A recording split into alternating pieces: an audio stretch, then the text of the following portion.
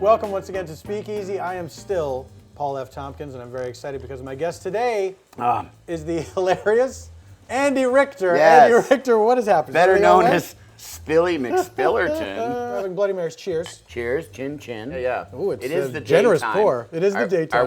Are we supposed to be hiding that fact? No, people are watching this instead of doing work. Oh, all right. Yeah. At their computers and things. That is delicious. Thank you, Ashley. You're a bit of a vodka enthusiast. Is that safe to say?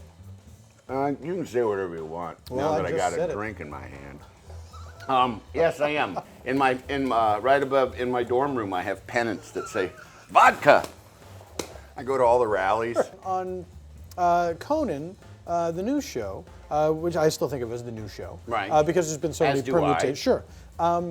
Frequently, you guys will have adorable animals in adorable costumes. Yes.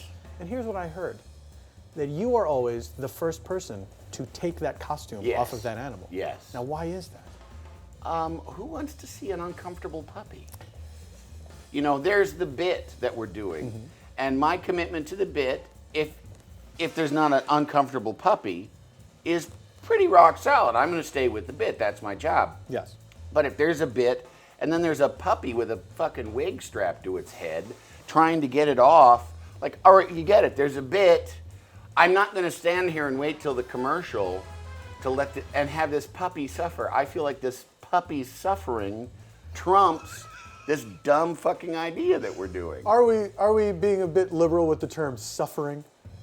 When we're talking about a wig on a dog? Yes. But this is the age when, you know, when a kid says something snotty to your kid's getting bullied. There's real bullying going on. Yeah, right. Let's focus on that. Right, exactly. It reminds me of when someone, an old friend of mine, once told my wife, like, how can you work with that guy? He raped me. And she went, he raped me? And she went, or he raped you?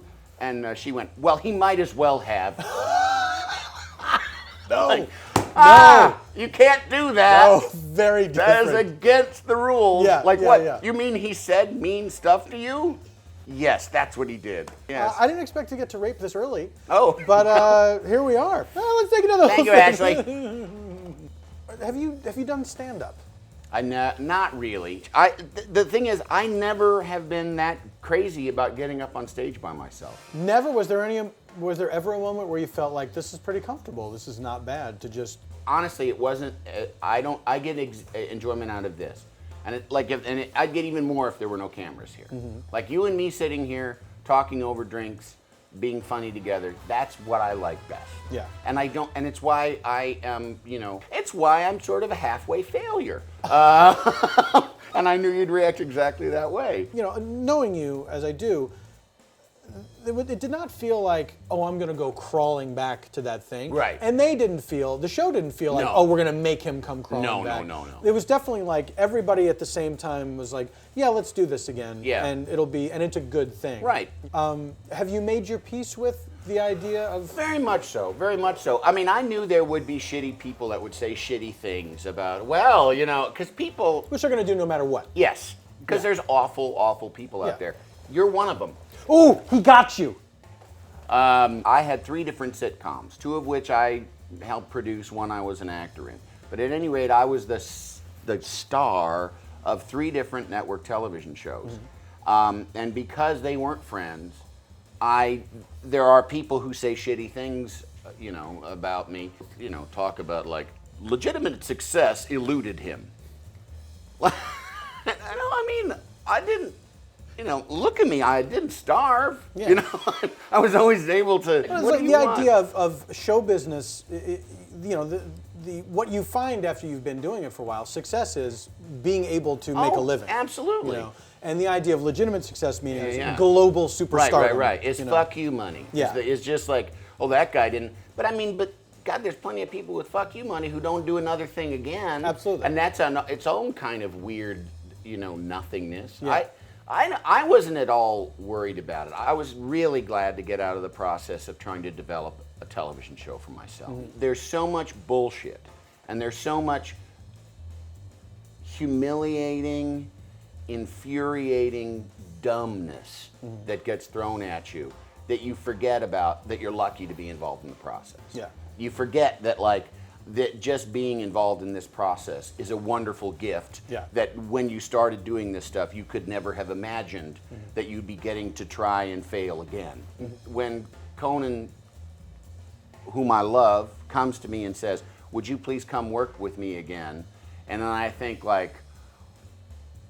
and then all I have to do is answer to you. Right. And then go make TV every day and don't have to wait for, wait for her to come back from Maui and read the script that I worked on for 2 months, and then I find out 3 weeks later she didn't read it at all. She just said no. I was like, yes, absolutely, I'll come back. So let me ask you this: how much of that perspective do you think, going from the frustrating world of sitcoms and everything back to sharing a couch with Conan, how much of that perspective was informed by becoming a father? Oh, almost all of it. Huge, right? Almost all of it. Yeah. I mean, but a combination to it, just getting older. You get older and you just realize that so much of what you used to think was important is not that important at all. Going and doing things, these kind of show busy kind of things of going out to certain parties and meeting certain people and I don't give a shit about any of that because I've got kids at home to go home and, we just put up a hammock in our backyard. But there have been times when I've been driving home and I'm thinking oh good, it's still light out with it. We can go hang out in the hammock. That's way more important than success. Yeah. All right, so cancel that boat. Andy Richter, thank you so much. Coming? It's best not to dwell on it. Thank you so much. Cheers. Yes. It's been a pleasure chatting with you. Thank you. That's it for Speakeasy. We will see you next time. Thank you very much. Are you going to finish that? No, I guess not. Ooh. That's dessert.